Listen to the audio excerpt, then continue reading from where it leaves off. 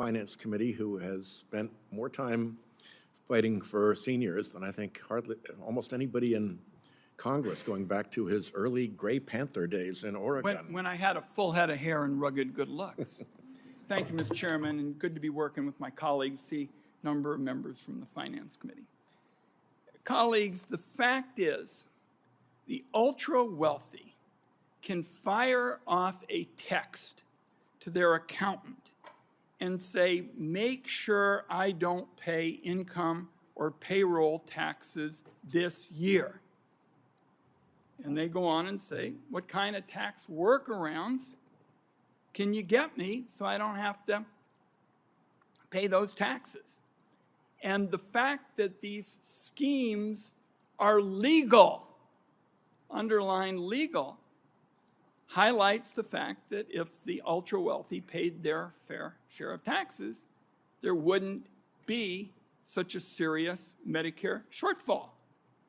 And you contrast what I just described, which can happen every day, be legal, to older Americans who worked hard all their lives, paid their fair share of taxes year in and year out, didn't have accountants who'd get them this special deal. And those older Americans are now staring down the barrel of a serious Medicare shortfall uncertainty. And I'm all in, colleagues, on transformational Medicare reform. Before he retired, Chairman Orrin Hatch of our committee and I joined in a landmark kind of reform that I'm going to ask you about in a minute, Ms. Moon.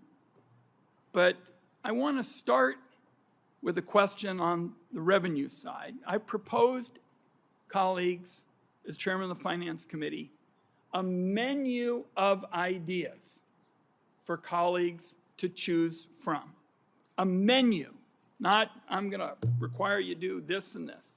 The menu includes wealthy partnerships paying their fair share.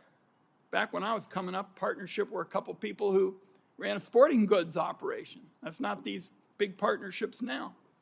The billionaires paying their fair share, closing the self-employment, loophole and more. This seems fair to me, and it sure will strike the millions of working Americans who pay taxes day in and day out. Those taxes are collected on them, and they don't have all these breaks. Ms. Wong, what do you think? What are your thoughts with respect to something that's fair and, by the way, gives everybody in America the chance to be successful? We want people to be successful. We just want everybody to do it. Your thoughts? Completely agree that there's a wide menu of really economically sound ways to broaden the tax base, and we have our own, you have yours. There's a lot to choose from there.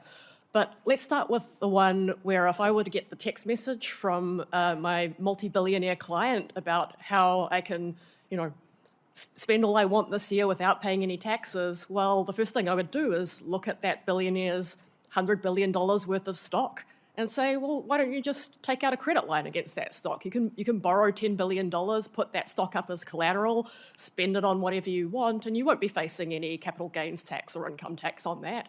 So that's income that doesn't ever see the tax system or the tax returns in the year that it's made or in the year that it's spent. And that's one of the biggest holes and one of the first places I would be looking to make the tax system fairer. Okay. As you know, our theory is give everybody in America a chance to get ahead. That's what the menu's all about. Now let's go to transformational change, Ms. Moon, and thanks for all your good work. Before he retired, the late Orrin Hatch and I said, Medicare today is not the Medicare we had when we were coming up. It's mostly about chronic illness, cancer, diabetes, heart disease, strokes, and not just acute care. And a very large percentage of seniors has 2 or more of these conditions. So Chairman Hatch and I wrote what I think is a transformational update of the Medicare guarantee. It's not a voucher. It's a guarantee. But we'll use reforms like telemedicine. We'll use simple preventive steps. Colleagues, you want to help seniors? Let's get grab bars in showers. Costs a few dollars. Seniors save untold injuries and costs. Those are the kinds of reforms that make sense, that update the Medicare guarantee. So we've talked about revenue. Ms. Moon, you've been one of our leading authorities. Chronic illness is what Medicare today is all about. It was acute care when I was coming up. Your thoughts? I think you're absolutely right, and the Medicare program has not changed with the times in that way. It's changed in a number of ways that have improved, but I think part of the problem has been that when new ideas come along, the fear is you're just going to add that on and it's going to be another add-on to the costs, and so there's a reluctance to do it. On the other hand, one way that people often talk about is, well, then let's turn it over to the private sector and just give them an amount of money and let them decide. That solution hasn't worked very well either, because we have not had the kinds of oversight and controls. There are very good Medicare Advantage plans out there, for example, that serve the needs of the people that they function for.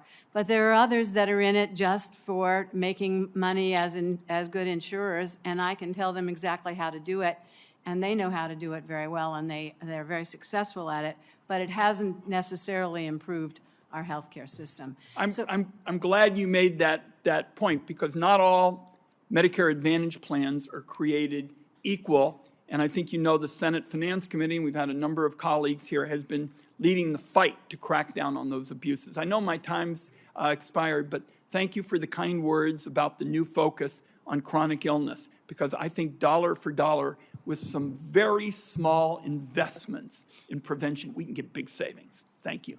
Thanks, Mr. Chairman. Thank you.